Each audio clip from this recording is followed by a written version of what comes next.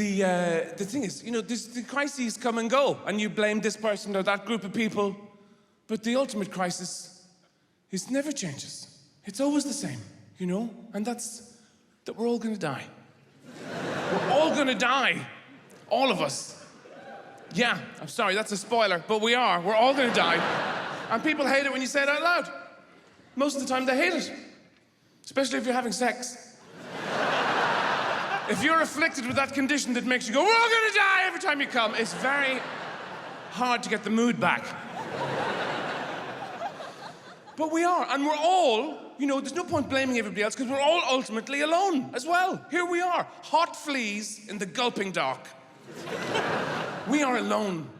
Because people don't really have religion anymore, You don't really have religion in this country anyway. I mean, the Christian religion doesn't really exist in a big way here. You never really had it, to be honest. We had it in Ireland, that was religion. What you had was a dressing up box with some cardigans with holes in the elbows. Everybody would meet up and have some ginger nuts and sing a few tunes and go home. We had religion, the thing that makes you feel bad from the moment you're awake. With God squatting on the end of your bed with his fist pressed between your eyes going, wake up, shitbag! That's religion.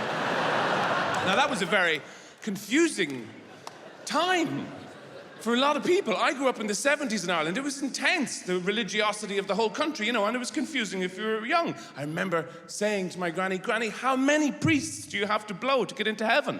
And of course, she was an older person. She didn't want to talk about these things. She would go, oh, stop it now, eat your tea. But I was persistent. Come on, Granny, how many? And she'd go, oh, I hate putting a number on these things. About 40. Now, come on, each... But that's not really around so much anymore. Religion. People are very pleased that religion doesn't exist for them. And secular people are delighted. They're thrilled with themselves, their material view of everything, congratulating themselves in the queue outside the Apple shop, which lights up the street the way churches used to.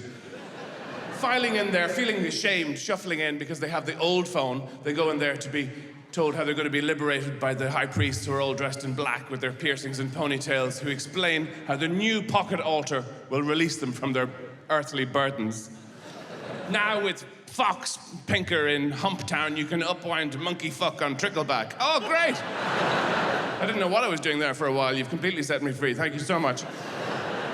That's the new religion. My son comes in, he's completely excited. He's 12 and everything. That whole generation is excited about all this technology, but he's kind of ambiguous about it as well. He knows it's not real fun a lot of the time, but he goes, oh, look, you've got to see this game or this app. It's really interesting. I grab it off him. I say, get out of here. Go and play. Go and fall out of a tree. Have a fight. Don't phone me until you've been arrested, obviously on a landline from some station. Come on, this is just going to waste your time.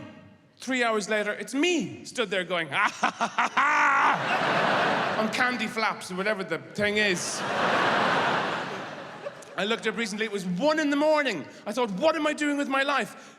Species are being wiped out. Glaciers are melting. Somewhere, somebody's eating a Swiss roll, and I'm doing this. What the fuck am I doing? Life is so brief. Here we are, there are 4 ages of human being. Child, failure, old, and dead. That's it. That's all you have. You have to be here and enjoy it.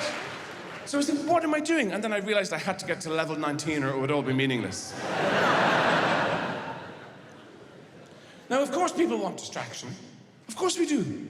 Because reality is pretty tough stuff. The news, all that stuff, the so-called Islamic State people. I tried to look for, some bright points with these people. That's a bit of a struggle. At the beginning I was watching them go, oh, come on, you scamps, stop it now. But they don't even take weekends. Somebody needs to tell these people they are seriously interrupting brunch for a lot of people. You look at them and you think, oh my God, this is so bleak. This has got to be peak bleak. I don't know who I am anymore. I can't stand this. You look at it, I don't even know which snack to eat with which war. Look, say what you like about fundamentalist death cults, they go very well with the heavier cheddars.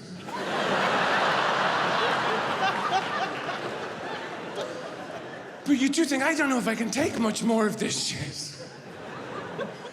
I don't really watch the news anymore. I just have two old men sitting at the end of my room staring at each other. On the hour, every hour, one of them shouts at the other one, terrorist! And the other one shouts, pedophile! And then a woman walks in between them and says, rain expected. I've got it pretty much covered, I think.